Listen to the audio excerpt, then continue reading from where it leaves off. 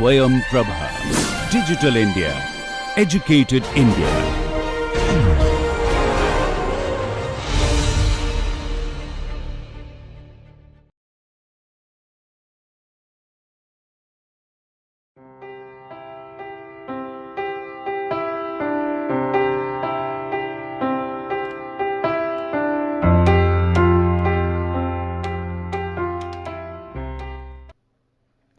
Good morning again everybody, and let us continue our discussion of fabrication of micro cutting tools. In the last class we have seen different processes like a laser beam process, electric discharge machining process and focused end beam process. So that by these particular processes we can fabricate different geometry of the cutting tool with a different type of diameters. So let us continue this further discussion, and there is still one more process left, that is called the ELID, and that is called electrolytic in process dressing process.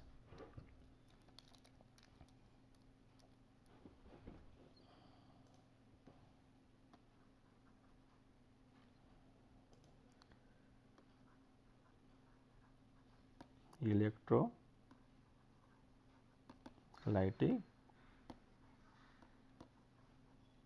in process dressing, right. So, now what is the objective of this particular process? That the objective is that the protrusion of the grains should be remain constant throughout the by the in process dressing. So, when you do this is something like a grinding process only, but it has an in process dressing facility, because what we do in the grinding operation, that when the there is a wheel loading happens, or when there is a abrasive particles become dull, then what we do, that we do some type of dressing operation here. So, by dressing what we are doing, we are resharpening the abrasive particles, so that we can actually create some new sharp edges onto the wheel, and then wheel can be efficiently remove the material. But then we do mostly in the offline, that means we stop the machine and then we do something out of that. But here the same thing what we are doing, it is in process dressing. So, let us see what that means. So, this is the setup. And now what we are doing here, that we have a grinding wheel, but here the grinding wheel is a metallic grinding wheel, because we have to create one type of electrochemical circuit here. So, this is the anode we can work, because we want to remove material from that part, and this is the copper electrode, and it is a cathode connected with this, and this particular location you are doing machining operation, and at this particular location what we are doing in process dressing part. And this is the oxide layer, that means the bonding material is the oxide material. Then you can use the diamond particle or any other particles also. Then this is the way it is happening, that at one location it is doing machining here, and at the other location what it is doing dressing. So, continuously you are getting the resharpening of the edges, and every time the protrusion remains constant, and you are getting the good machining capability. So, this is the way this particular process works. So, what is here, that this is the initial topography of the grinding wheel after dressing. So, you have dressed it, and these are the particles. Now, what is happening, that because of this electrolysis, or what is happening, that it creates some oxide layer on this. So, this is the oxide, what material we are using here, that is material is oxide. So, that creates a oxide film here.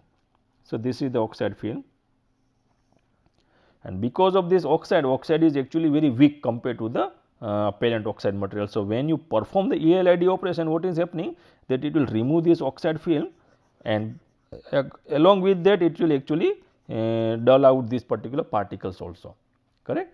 So, now once it reaches one particular oxide film formation, then this ELID will not continue, because it will take lot of time to reach to the fresh surface. But when you do machining at that time, so at that time what is happening, that you are removing or you are deforming this particular oxide film during the grinding operation. So, the thickness of this oxide film is reduced. So, once it is reduced, then what is happening, that you are getting a protrusion of this particle again here, and now the thickness is less, right. So, now once you get this particular less thickness, then again your ELID cycle will start, and then it will again further create the oxide film. You continue operation with this oxide film, it will reduce the oxide film by grinding operation, again goes to this location. This will continue till you consume the grinding wheel. So, what is here objective, that every time you are getting a constant protrusion of the grain, and that is the good reason for using this particular process for fabrication of a different type of shapes. on the micro cutting tool. Right. So, these are the different shapes. So, it is a rectangular type of tool, this is almost a square type, but a spherical surface at the two location, and this is the square type of tool. So, now you can see that these shapes are almost similar to the surface what we are getting into the focused ion beam machining, but focused ion beam machine is actually more precise process compared to this thing, because we have seen that grinding that still there is a physical contact, and because of that you can see this is 100 microns. So, diameter size of this one side bigger size is more than 2 micron or 200 microns, something like that. And similar way here it is the dimension is 100 microns. So, this may be considered 70 micron or something. So, going down and down is very difficult, but still this is reasonable size of the cutting tool which can be fabricated by ELID process. Right. So, these are the different processes. Now, let us discuss that what are the different issues with the micro cutting tool, because once you fabricate the cutting tool, then you have to use this cutting tool for final operation. So, when you operate at the time you have to take care of some of the things. So, let us see this thing. So, cutting force and the tool pressure create the whole new realm of the problem, because in earlier case when you are using a micro cutting tool or bigger size of cutting tool, we actually do not pay more attention to the breakage of the cutting tool, but we pay attention to the wear of the cutting tool by studying the forces and the pressure whatever it is creating on the part. Any variation in the axial position during the cut can be disastrous, because now you can see that we have seen in the geometric error lectures where we have seen that if there is a shifting into the x, y or z direction, your tool movement will not be a straight line. You may get the different type of additional movement, and that additional movement will actually create a problem, and it will create a uneven pressure or the very high fluctuation of the forces onto the cutting tool, and that is very disastrous, and it will break the cutting tool instantly. The spindle must be stable and minimize thermal expansion, tool change variation and the vibration, because we have seen in the spindle also that what are the different ways you can actually use the spindle. So, first thing is that it should be stable in the sense that when you operate in the high speed regime, at that time there should not be any type of deformation within the spindle. Thermal expansion is also we have seen that how thermal expansion play important role there. So, we can go with the air bearing, then thermal expansion will be very less. If you go with the ball bearing or the roller bearing, you will get some thermal expansion because of the friction and the height generation. Tool change variation, that is also important, because we are not using same tool for all the operation. After certain operation you have to change the tool. So, what is the variation in the tolerances when you fit one tool and then you remove and another fit another tool, what are the problem associated with those things. And finally, the vibration, because vibration also important, because what type of ball bearing you are using, what type of preloading we are using, depending on that you can actually control the vibration, and those things we have discussed in detail. Vibration or run out at the tool tip, because and this affect the surface and accuracy. Now, you can see there are many ways we can actually see this thing.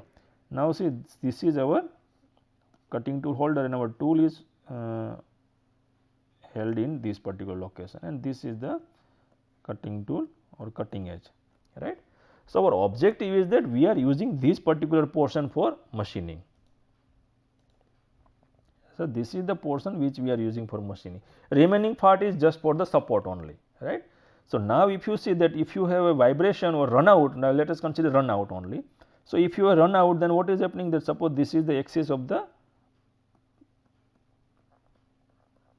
spindle and this is the axis of the cutting tool. Now, let us see something like this, correct. So, now if you see that the run out here it is very less, right. Consider it is if it is a 10 micron, but when you see at this particular level that how much it is here, that will be 10 multiplied by some x, that depends on what is the total length of the cutting tool. So, this particular run out, what is important, that we have to measure the run out at the tool tip, not to this location, because here you will get some run out, but this reading will be misleading. So, that is the reason that always measure the run out at the cutting edge, because that is the actual run out and that will play important role in the machining zone. So, that will directly affect your surface finish and the accuracy, right. Problem with micro tool, that amount of force associated with the removing of material at the particular level. Now that means whatever material you are removing from that, where this material is going. So if it is coming out as a chip, that how efficiently chip is created and how efficient it is coming out of the machining zone. So that will decide that how much amount of forces are actually you are playing with this particular material. So one of the main problem or limiting problem is the reduced stiffness with the tiny sizes, because when you go smaller and smaller, now grain size of that cutting tool also play important role. You cannot use a bigger size of cutting tool when the diameter itself is 100 micron or something. You have to go with a micron size or the sub-micron or nanometer size of grain size, so that more amount of grains available and you can get the little bit higher stiffness. But still the stiffness is not high as compared to the conventional shape. So that is the limiting factor. You cannot reduce the size beyond a certain limit. Right? Another problem, the tool does not gradually wear until it causes undesirable surface effect. Rather, the tool breaks quickly as it becomes worn or reaches to the bending limit or bending strength of the limit. So now mostly if you do conventional machining operation, what is our objective? We study the tool wear, right? Because we know that the breakage of the tool will take more time compared to the wear of the tool, but it is exerted reverse into the micro cutting, that here you can easily reach that particular limit of the breaking strength compared to the study of the wear. So in the study of micro machining, what is our objective? Our objective should be to reduce the breakage of the cutting tool, not to the wear, because you can study the wear only when you avoid the breakage of the cutting tool. So here that is what is problem. So our here that is only the tool breakage is the more likely outcome. So mostly our objective is to save the tool first and then you do the wear characteristic or the wear study to show that what is the total acceptable life of the cutting tool. So what happened, why this thing happened? Because when you cut with a dull cutting edge, then your cutting forces will be very high and stresses exceed the strength of the small diameter cutting tool, and then it will fracture. So this is the way, this is the reason what is happening because of what is happening with the cutting tool of the this particular size. Now, first thing, that it is impossible to determine whether the tool has been broken or broken by the unassisted rear. So now we know that size of the cutting tool is very small. So you cannot get anything in terms of some noise signal or some type of process signal that what is happening, whether tool is there or not. So what is problem because of that? That suppose you are starting a 8 hours of cycle and your tool is broken in the first minute itself, and you do not have any type of what we can say the feedback devices or some type of what we can say that it is some type of accessories or the force measurement system in such a way that it will give you this type of signal. So you are starting a 8 hour cycle and within the 1 minute your tool is broken, but you will get that information once you complete the 8 hour of cycle, right? So once you do that, the tool is broken and you have already wasted 8 hours of time. So what is things what we have to do here, that we have to invest something onto the tool monitoring or the process monitoring system. So if you install one sensor or 3-axis sensor, that is may you consider as a piezoelectric sensor or some type of acoustic emission sensor, which will continuously give the signal of the machining forces, right? Because we know that whenever there is a material removal, you will get some force reading. If you get force reading, you are sure that your tool is in contact with the workpiece. So you have to invest not onto the machine, but you have to invest something on the auxiliary accessories. Mostly it is related to the sensing of the cutting process, that is by means of some type of sensors. So another thing is what we require, we need hard tool or the tough tool, right? So what we need the actually compromise between the hardness and the toughness. So it requires an advantageous combination of hardness as well as toughness. So how you can get the both the things done, that means you have, it can be achieved by formulating a mix of extremely fine grain of the tungsten and the cobalt, because we know that tungsten carbide we are using and then cobalt is the binder of that particular material. Then hardness of the solid carbide enables it to cut well formed chips in difficult to machine material while resisting the chipping and the cutting edge. So what is the use of this carbide? Carbide will actually, it is very hard material, so it will actually resist the cutting edges, that means cutting edge sharpness will retain for a longer time. And toughness of the material helps in the shaft resist the breakage from the cutting forces and keeps the tool from vibrating. So Why we need the toughness also here? Because we don't want to break this thing, because hard material will break very easily, but if you use toughness here, that means even if there is a little bit amount of bending or vibration, it will actually retain that particular thing. So, what is the required? We need a balance of hardness and the toughness, because both the things cannot be achieved simultaneously. So, you have to sacrifice the hardness by putting some more toughness, so that tool will not be broken during the vibration or some type of high amount of bending load. So, that is the way we have to think about the what should be the composition of the tungsten carbide tool in such a way that you can get the required properties done. So, there are different issues of the micro break. What are the 4 issues? So, these 4 issues are the mostly related to the tool setting and all this. So, smaller the tool, tools are small and delicate, so there is a high tendency of breakage. So, first thing is the run out. So, run out is the biggest issue compared to all other issues, because we know that this avoiding this thing is very difficult, because we are doing lot of setup and settings during the different positions. So, spindle run out at actual RPM when measured against the spindle taper, right. So, this is what is we are talking about, the spindle run out. That is another thing is the tool holder and the collet run out, right. So, now if you see this particular thing, now it has a 2 things. First thing is the when you are holding the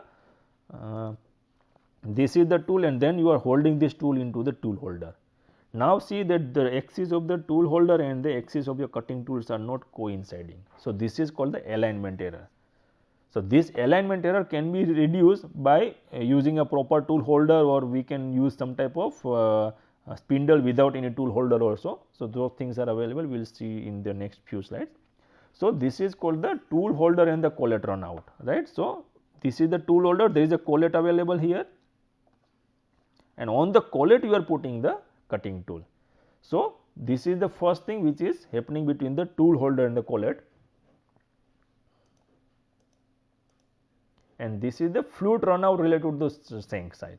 Now, this is the second one. You can see here this one, this is the cutting tool and this is the shank.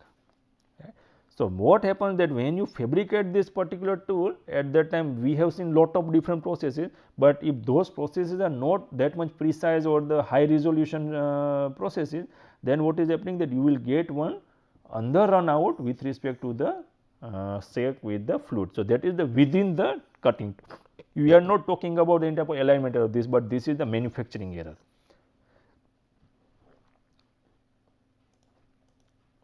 Right. So, what is happening here, the tool may not be made perfectly symmetrical and concentric with the shaft. So, right now if you see here that this tool is not concentric with the shank diameter, right.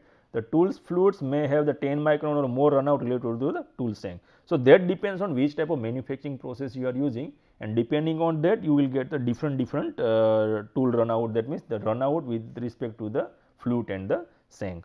So, you can see that these are the different ways by which you can get the run out into the system, and so that you have to find some of the ways by which you can reduce the alignment error, and you have to also make sure that your whatever process you are using for fabrication of this cutting tool, those processes are very finely tuned, otherwise you are end up with this type of cutting tool errors.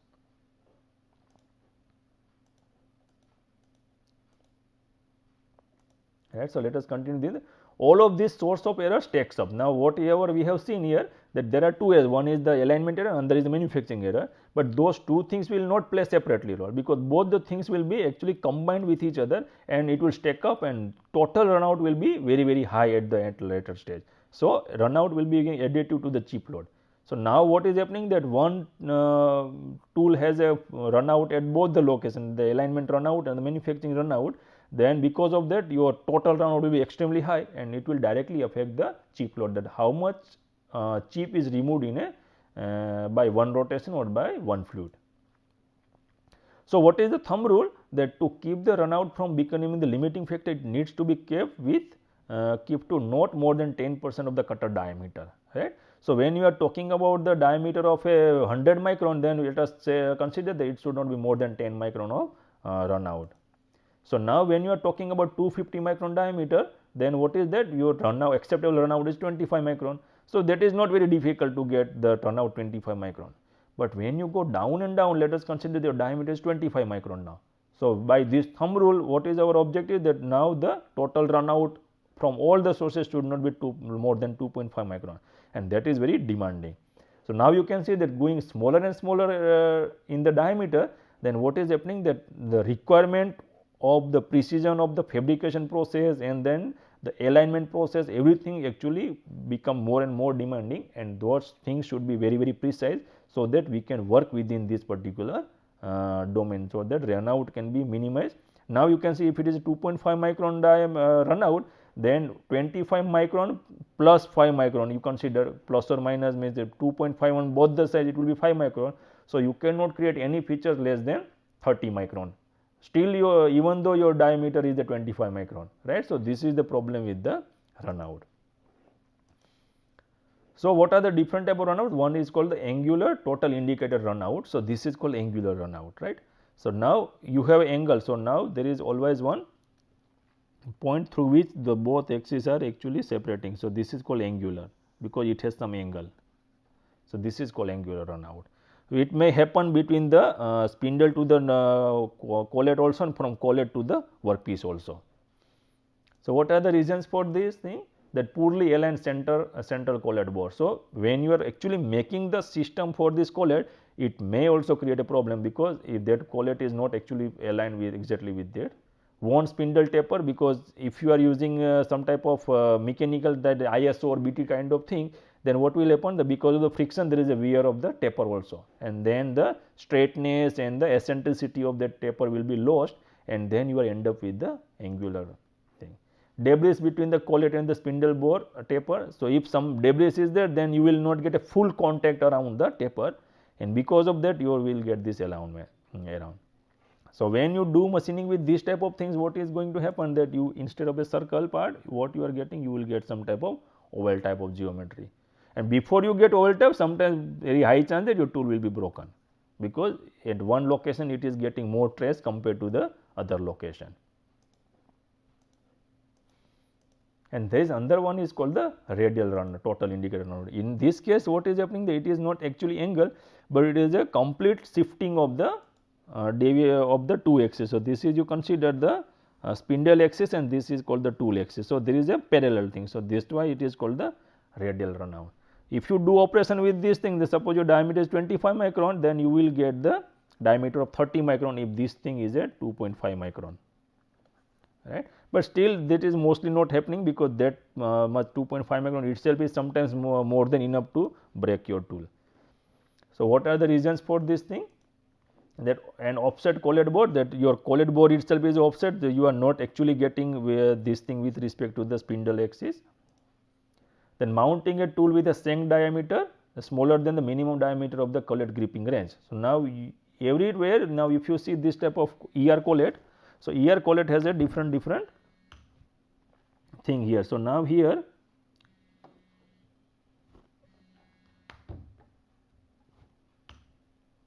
what is happening here, that ER collet has a different type of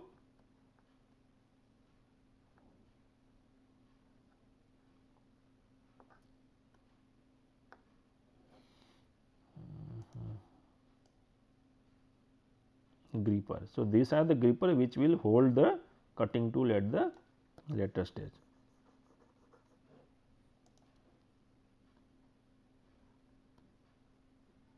This way it is like, and our cutting tool actually placed in between these two.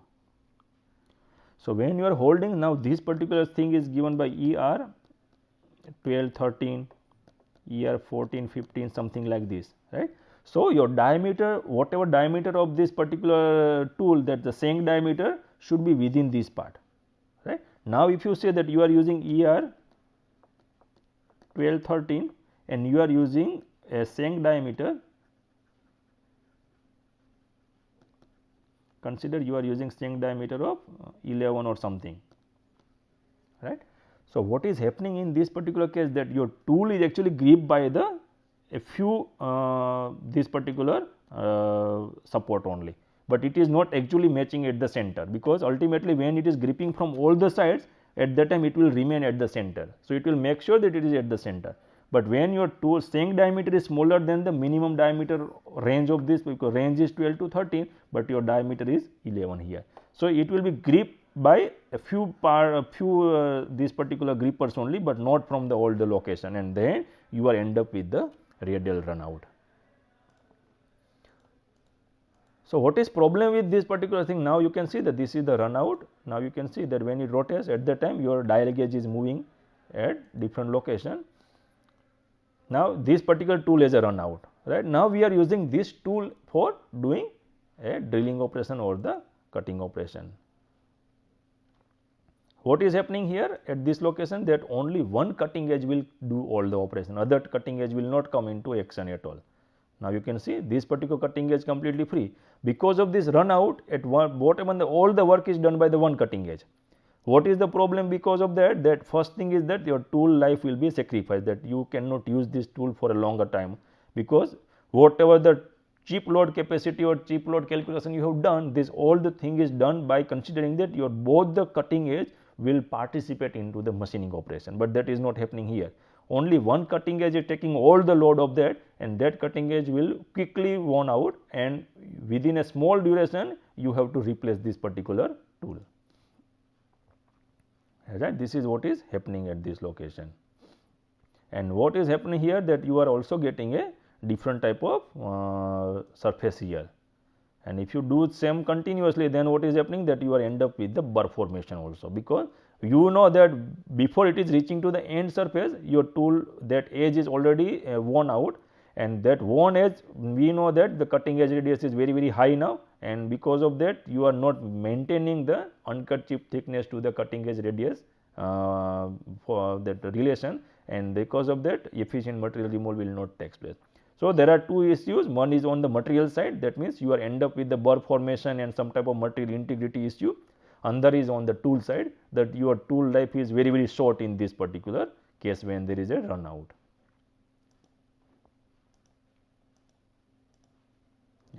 So, what are the ways you can actually reduce this particular thing? The one thing is called the direct tool change type of spindle. Now, you can say this particular spindle, it does not have a collet. So, this particular thing actually you can eliminate completely the tool holder.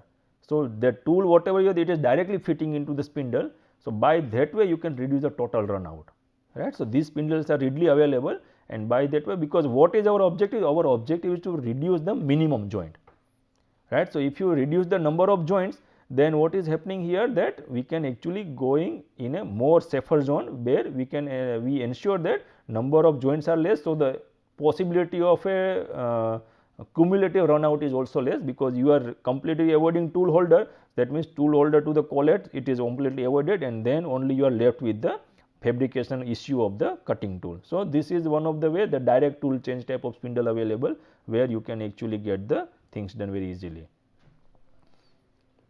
Then how to measure? So, there are different type of sensors available, by which you can actually do measurement of the run out. So, this is the capacitance type. So, here this is the spindle and motor, and you are putting a capacitive sensor here, and you can put at any location depending on the measurement of the run out, and then you rotate your spindle. So, when you rotate your spindle, what is happening, that your capacitance will change, because now we know that your capacity one plate is here and this is the other workpiece, and now consider this is the run out portion. So, now your spindle will move in this and this direction, correct. So, when it is very near to it, at that time it will actually give one type of signal here, and when it is away from that, it will give another signal, right. So, within that rotation, what is happening, that this is in microsecond. So, when you rotate it, at that time it will give you one signal. So, this particular thing will tell you that what is the radial run out. So, this is in this direction, correct. So, if you see, this is moving within a plus or minus 5 micron, almost something like that. So, this much amount is the run out. So, run out is the 5 micron here. So, this is about the radial part. Now, this is about the axial part, because we have to see about the z axis also. If you are doing machining with a constant depth of cut, if you do not know that what is your axial run out, then what is happening, that you will not get that constant depth of cut, but you will get a variable part. But here what is happening, that if you put the capacitance sensor here, then whatever the difference in this thing is there, then it will be actually captured by this particular axial displacement, which is in micron. So, now you can see this particular signal will tell you that you have axial displacement around 25 micron. Now you can see that if you are machining with this particular surface, and now you have a 25 micron is a radial and something 5 micron at that particular diameter. So, if you are moving with a plus or minus 5 micron, that means you are actually working with a 10 micron of range, right. So, any diameter more than less than diameter of the actual cutting tool plus this thing you cannot make, right. So, that is not possible here. Other than that, there is a variation in the depth also. You will get a different depth at the different location depending on this particular bend.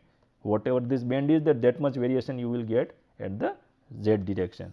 So, by this way there are different other sensors are also available by which you can do measurement. Mostly conventional way is the put the dial gauge with a 1 micron of accuracy or something resolution, and then you can get the by touching the things you can get, but these are called the non-contact type of things. So, you do not require any type of additional setup into the machine.